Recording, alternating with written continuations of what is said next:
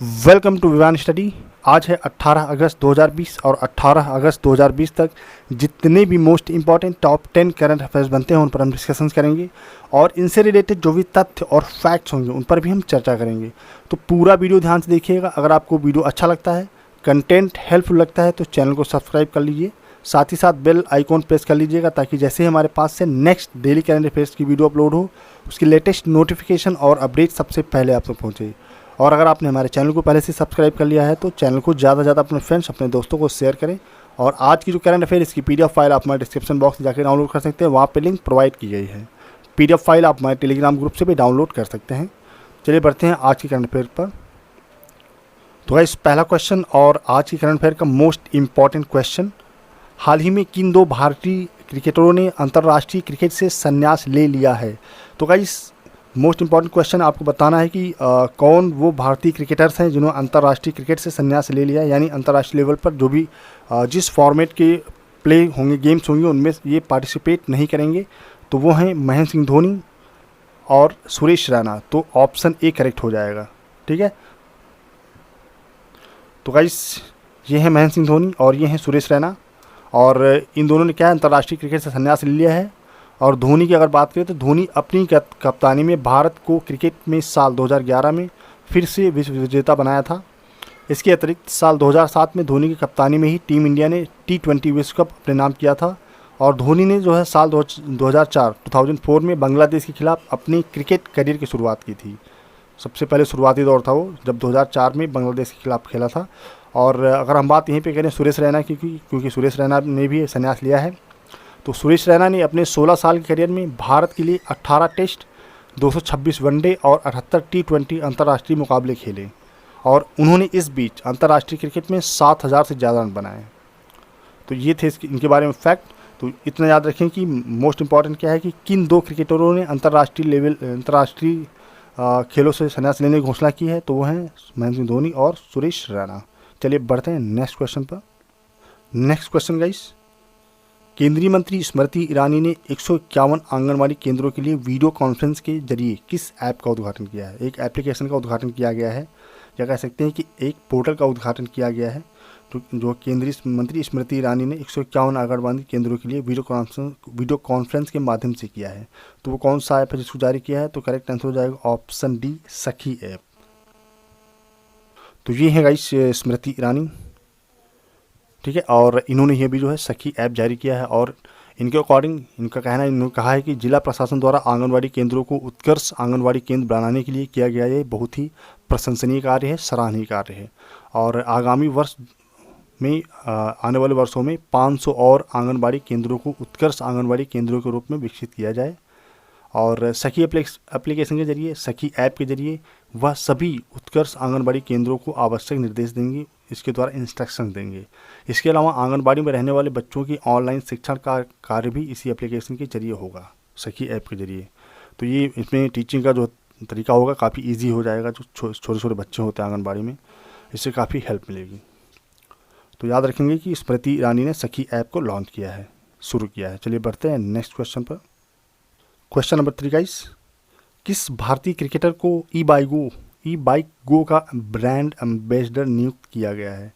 तो इसमें ऑप्शन पे आप देखें और इसमें आप बताएं कि मतलब इसमें कौन सा करेक्ट आंसर होगा कि ई बाइक गो का ब्रांड एम्बेसडर किसे नियुक्त किया गया है। तो करेक्ट आंसर हो जाएगा ऑप्शन ए, हरभजन सिंह। ये भारतीय क्रिकेटर हैं और इन्हीं को जो है ई बाइक का ब्रांड एम्बेसडर बनाया गया है। अच्छा, अगर हम बात करें कि ब्रांड एम्बेसडर किसी पर्टिकुलर प्रोडक्ट का या किसी उत्पाद का क्यों बनाया जाता है, तो ब्रांड एम्बेसडर इसलिए बनाया जाता है किसी व्यक्ति विशेष को जो चर्चित होता है उसको बनाया जाता है, ताकि उस ब्रांड की, उस प्रोडक्ट का काफ़ी प्रचार हो सके और लोगों तक ज़्यादा से ज़्यादा उसको पहुंचाया जा सके, उसकी पहुंच बनाई जा सके। क्योंकि चर्चित व्यक्ति के माध्यम से किसी भी प्रोडक्ट को कहीं तक आसानी से उसके बारे में जानकारी पहुँचाई जा सकती है। तो जो है हरभजन सिंह को ब्रांड एम्बेसडर बनाने के साथ कंपनी का लक्ष्य यही है कि जो है ज़्यादा से ज़्यादा लोगों तक इसकी पहुंच बनाना है।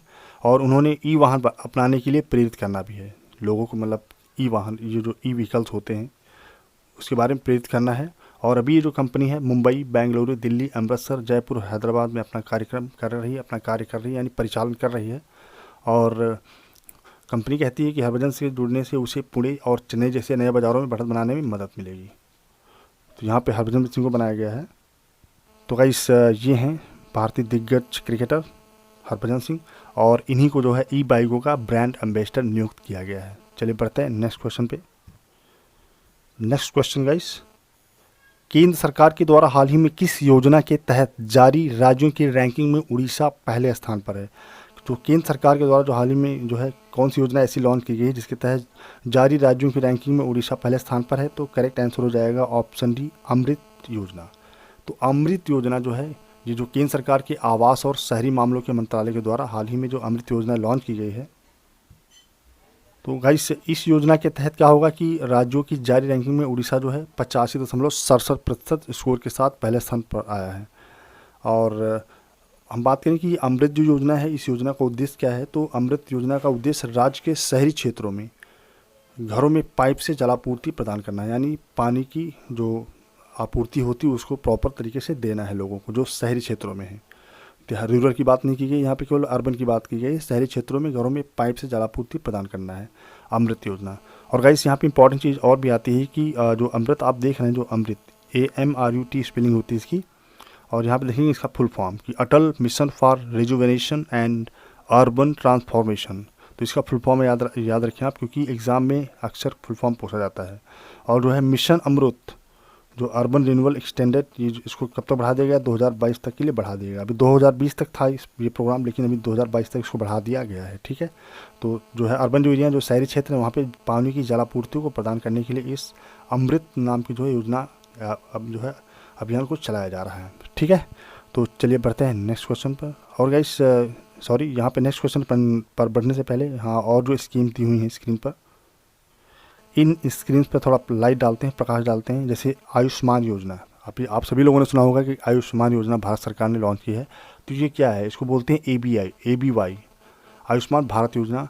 और ये इसका काम क्या है कि प्रधानमंत्री जन आरोग्य योजना के तहत ही आता है। इसको कहा जाता है प्रधानमंत्री जन आरोग्य योजना भी इसे कहा जाता है, और मोदी केयर के नाम से भी मशहूर ये योजना वास्तव में देश के गरीब लोगों के लिए हेल्थ इंश्योरेंस स्कीम है। तो आयुष्मान जो योजना है ये क्या है? आयुष्मान योजना ये जो है हेल्थ इंश्योरेंस स्कीम है, और PMJAY के तहत देश के 10 करोड़ परिवारों को सालाना 5 लाख रुपए का स्वास्थ्य बीमा मिल रहा है। इसमें कोई भी व्यक्ति विशेष अपने नाम से बीमा करवा सकता है, ताकि कभी अगर कोई इंसिडेंट होता है या कोई इशू होता है तो उसमें आपको इससे आयुष्मान योजना से लाभ मिलेगा। और यहाँ पर अगर बात करें ऑप्शन बी जिज्ञासा योजना की, तो जिज्ञासा योजना क्या है? ये विद्यार्थी वैज्ञानिक संपर्क कार्यक्रम है, और इस कार्यक्रम का संचालन संयुक्त रूप से वैज्ञानिक एवं औद्योगिक अनुसंधान परिषद यानी CSIR एवं केंद्रीय विद्यालय संगठन द्वारा किया गया है।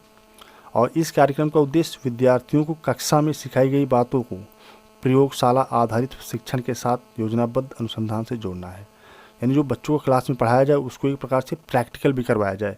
तो इस जिज्ञासा योजना का आधार ये है, उद्देश्य ये है कि जो भी बच्चे क्लासेस में पढ़ेंगे, जो भी कक्षाओं में पढ़ेंगे, उसका क्या करेंगे?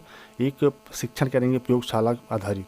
एक लैब होगी, लैब में उसी के बेस पर जो है उसका एक्सपेरिमेंट करेंगे, जो है शिक्षण करेंगे। ठीक है, और यहाँ बात करें हम आत्मनिर्भर भारत की, तो प्रधानमंत्री नरेंद्र मोदी ने कोरोना संकट के इस दौर में जो अभी जो पैंडेमिक चल रहा है, कोरोना पैंडेमिक, भारत की अर्थव्यवस्था को सुधारने के लिए 20 लाख करोड़ रुपए राहत पैकेज का ऐलान किया था, और इस पैकेज को आत्मनिर्भर भारत का नाम दिया गया था। और इस हिसाब से आत्मनिर्भर भारत अभियान 3 करोड़ किसानों को 4.22 लाख करोड़ रुपए का कृषि लोन दिया गया है इसके माध्यम से। ठीक है, तो बहुत ही इंपॉर्टेंट क्वेश्चन है, आप याद रखेंगे कि केंद्र सरकार के द्वारा हाल ही में किस योजना के तहत जारी राज्यों की रैंकिंग में उड़ीसा पहले स्थान पर है?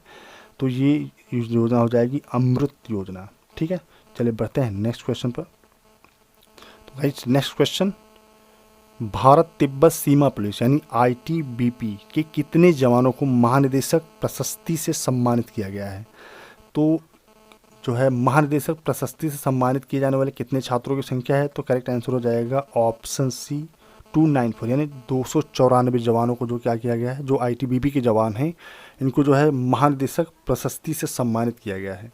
और यहाँ पे हो रही बात ITBP की, तो आईटीबीपी की बात करें तो इसके डायरेक्टर जनरल कौन है? एस देशवाल। और इसकी स्थापना कब की गई थी आईटीबीपी की? 24 अक्टूबर 1962 को। और इसका हेडक्वार्टर कहाँ है? नई दिल्ली में है, इंडिया। ठीक है, चलिए बढ़ते हैं नेक्स्ट क्वेश्चन पर। Next question guys, a bend in time writing on children the कोविड-19 पैंडेमिक। इसको महामारी लिखा हुआ है यहाँ पे, आप पैंडेमिक समझेंगे।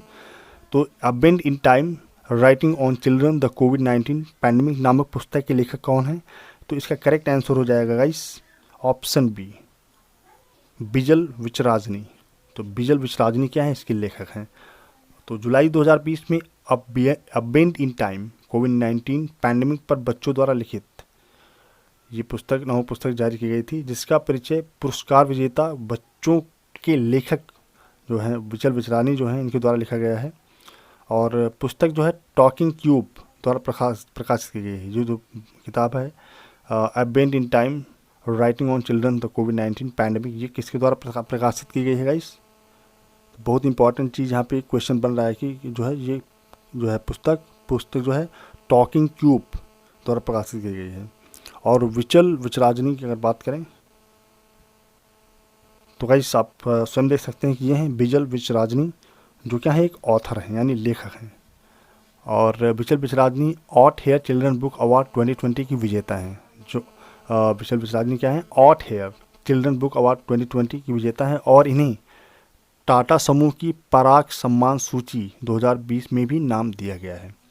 तो मोस्ट इम्पॉर्टेंट क्या है कि जो ये किताब है a bend in time writing on children the कोविड-19 पैंडेमिक, ये तो किसके द्वारा लिखी गई है?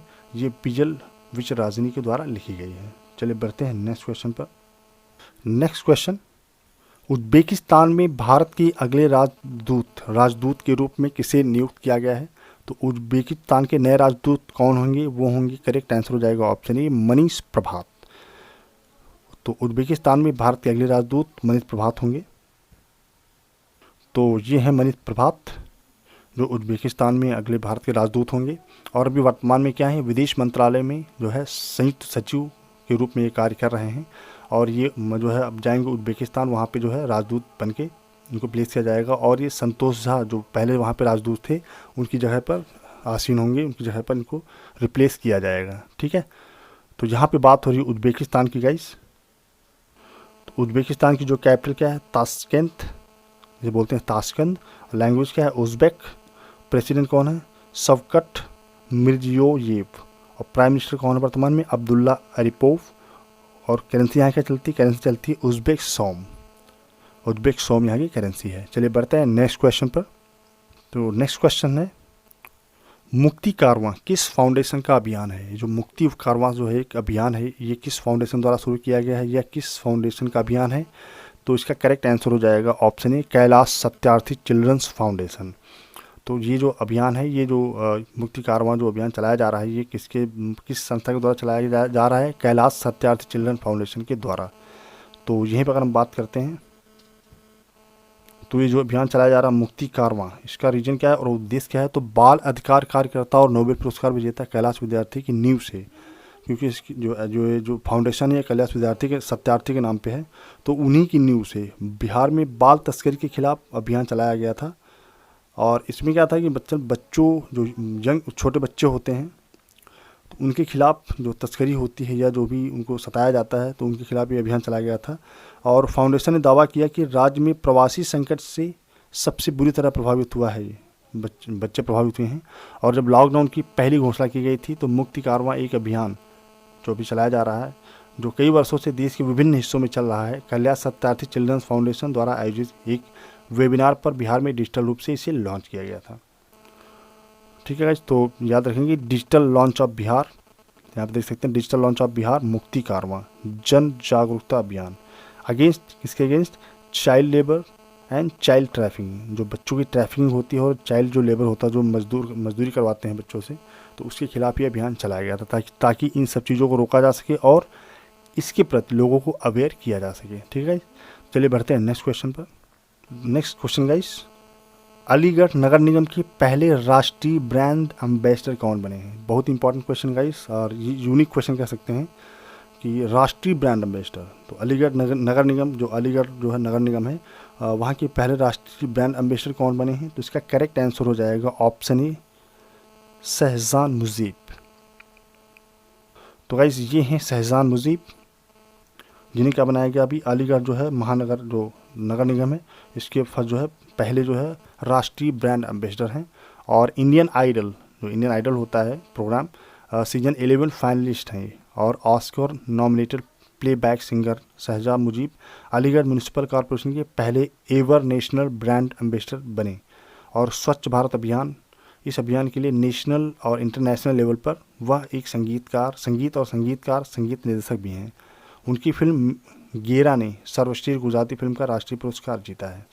तो ये हैं शहजाद मुजीब, जिन्हें अलीगढ़ नगर निगम का जो है पहले राष्ट्रीय ब्रांड एम्बेसडर बनाया गया है। चलिए बढ़ते हैं नेक्स्ट क्वेश्चन पर। तो गाइस नेक्स्ट क्वेश्चन, इसरो के चंद्रयान 2 ने टेरेन मैपिंग कैमरा, जिसे कहते हैं TMC-2, इसके द्वारा चंद्रमा की छवियों को कैप्चर किया है। और चंद्रमा के क्रेटरों में जो चंद्रमा के जो क्रेटर्स होते हैं, चंद्रमा के क्रेटर्स में से एक का नाम किसके नाम पर रखा गया था? तो इसका करेक्ट आंसर हो जाएगा विक्रम साराभाई। तो जो है चंद्रमा के जो क्रेटर्स होते हैं, क्रेटरों जो का नाम जो है विक्रम साराभाई के नाम से रखा गया था। तो गाइस ये हैं विक्रम साराभाई। और भारतीय अंतरिक्ष अनुसंधान संगठन यानी ISRO, Indian Space Research Organisation ने घोषणा की कि चंद्रमा 2 ने टेरेन मैपिंग कैमरा यानी TMC-2 द्वारा चंद्रमा की छवियों को कैप्चर किया गया है। और भारतीय खगोल भौतिकीविद विक्रम अम्बालाल साराभाई के बाद एक क्रेटर का नाम साराभाई क्रेटर रखा है, जिसे माना जाता है कि भारतीय अंतरिक्ष कार्यक्रम के जन्मदाता के रूप में अपनी जन्म शताब्दी मनाने के लिए विक्रम अम्बालाल साराभाई की 100वीं जन्म शताब्दी 12 अगस्त 2020 को देखी गई थी।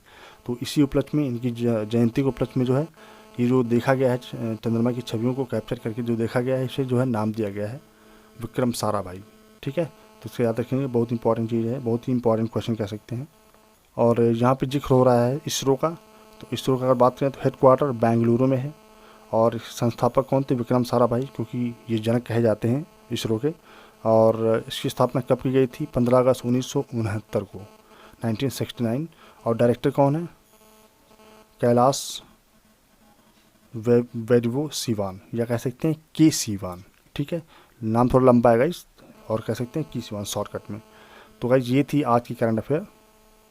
तो आज की करंट अफेयर से रिलेटेड गाइस कोई क्वेरी, कमेंट, सजेशन या एडवाइस हो तो आप हमारे कमेंट बॉक्स में दे सकते हैं। और प्लीज़ अगर वीडियो आपको अच्छा लगे तो वीडियो को ज़्यादा से ज़्यादा अपने दोस्तों को शेयर करें और लाइक करना ना भूलें। तो चलिए मिलते हैं कल की करंट अफेयर में, तब तक के लिए थैंक यू सो मच। जय हिंद।